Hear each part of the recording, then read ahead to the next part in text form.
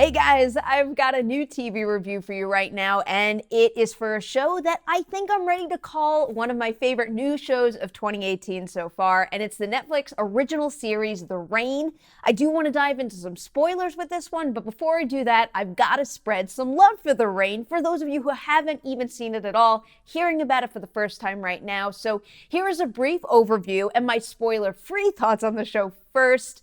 The Rain is set in Scandinavia, and it puts the focus on two siblings, Simone and Rasmus, who wind up completely alone after a virus that's carried by the rain moves in and wipes out most of the population. Eventually, they join up with a group of survivors, and together they attempt to stay safe while also discovering more and more about what exactly happened and also the possibility for the future along the way. So those are the basics right there, but The Rain has a lot to offer on multiple levels. First, there's the high concept of this killer rain. It makes for a riveting opening, but it's also something that comes with a very powerful ripple effect, setting up some really interesting and terrifying rules to play by and basically dictating everything our main characters do and how they have to live. You don't realize how much one short rain shower can affect until keeping away from it is a matter of life or death. But as great as the whole idea of the rain might be, you can only take it so far successfully if you don't have strong characters to walk you through the story. But thankfully, this show is a big winner in that department. It really bothers me that I might butcher some of these names as I do a little roll call here because they are so good in this show. I have to at least attempt giving them the credit they deserve out loud in this video. Alba August, who plays Simone, is a rock-solid anchor for this show.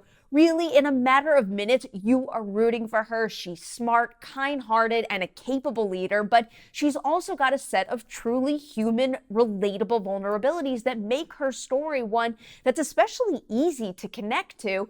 And the chemistry between her and Lucas Lindgard Tonnesson, who plays Rasmus, sells their relationship as one that is filled with love, but also some serious complications.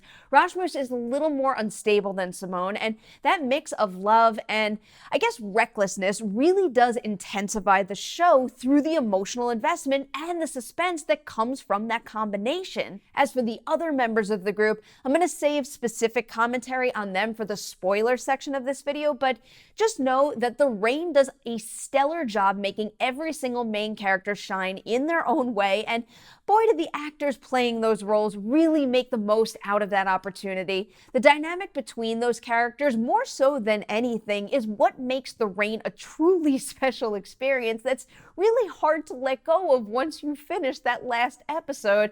A few more non-spoiler thoughts before we switch gears here. The Rain looks great. The scope of the show is really impressive. I've got zero clue what this thing cost to make, but from my perspective, the production value is sky high. The forest in particular is beautifully but chillingly captured. And then there's the look and design of what happens to someone when they're affected. It's unsettling, to say the least. So now if you haven't seen The Rain, hopefully I've convinced you to give it a go, because now I need to jump into spoilers so I can shower the show with even more praise. See what I did there? Bad brain pun.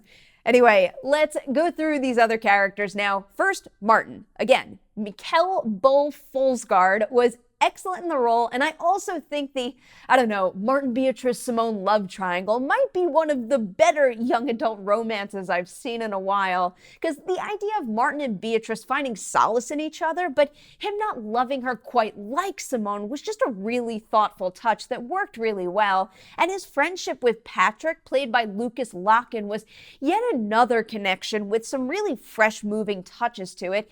It isn't easy for a character to come back from essentially trying to kill another one, but The Rain and Locken did a great job of presenting Patrick as, yes, someone with a mean streak, but while justifying his actions that day in the rain.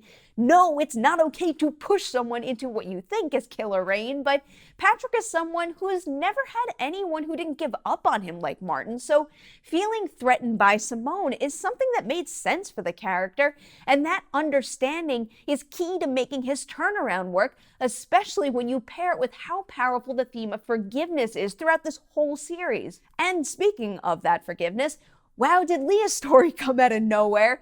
Jessica Denage was completely in the background the first few episodes, and then once she started to feel better, she became like the glue of the group for me. And the episode that featured her backstory, the one with that cannibalistic cult, was probably one of my favorite episodes of the whole season. That episode kind of exemplifies one of the non-spoiler points I just brought up about just the season overall. You can have a great core concept in this specific case, that being the discovery of this cult that eats people, but you could take that concept to another level when you add in great story and great character development, and that is exactly what was done here with Leah and that devastating backstory. I also really grew to love the part she plays in the group, having faith, nudging the others down a more noble path. She just had a very positive effect on everyone that I found really appealing.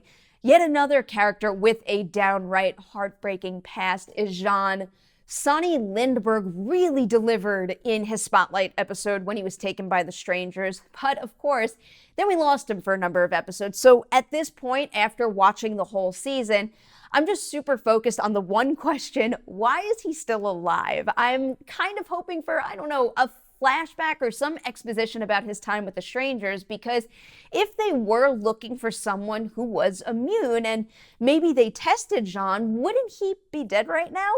Hopefully we find out more about what really happened to him with the strangers the next time around, because yeah, it's on my mind and I'm curious about it. But someone who won't be joining us for season 2, of course, is poor Beatrice.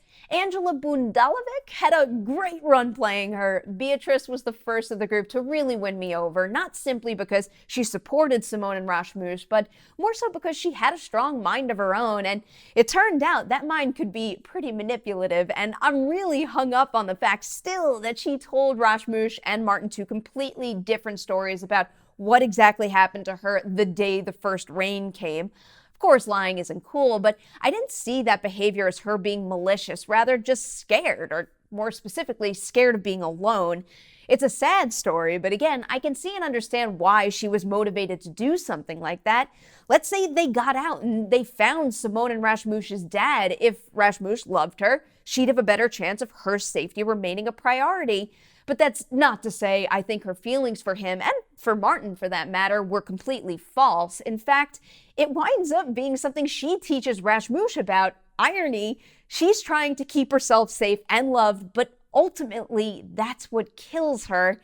And yeah, I do think that her sleeping with Rasmus is what killed her. I've seen a few other theories floating around out there, but none are as convincing, and I also think her dying for that reason is just such a compelling story point, both for her demise and for where Rasmus winds up, as though the poor kid has not been through enough already. Now he's 1, contagious, and 2, has to die in order to find a cure.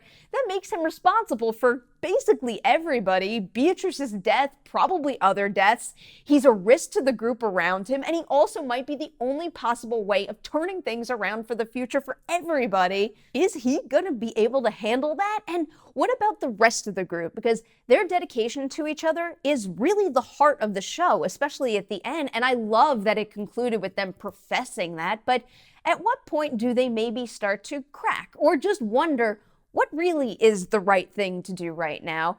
I'm curious to see what happens with that, but there hasn't been any official announcement for the Reign Season 2 just yet. But given how popular this show seems to be, I would be surprised if it didn't get the green light sometime soon. But one way or the other, what a cool show that I am so happy we got.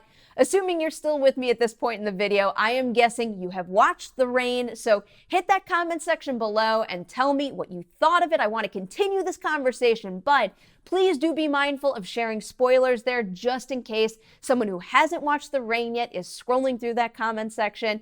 Thank you guys so much for watching this video. Please like and share it, and I will see you soon with even more TV reviews.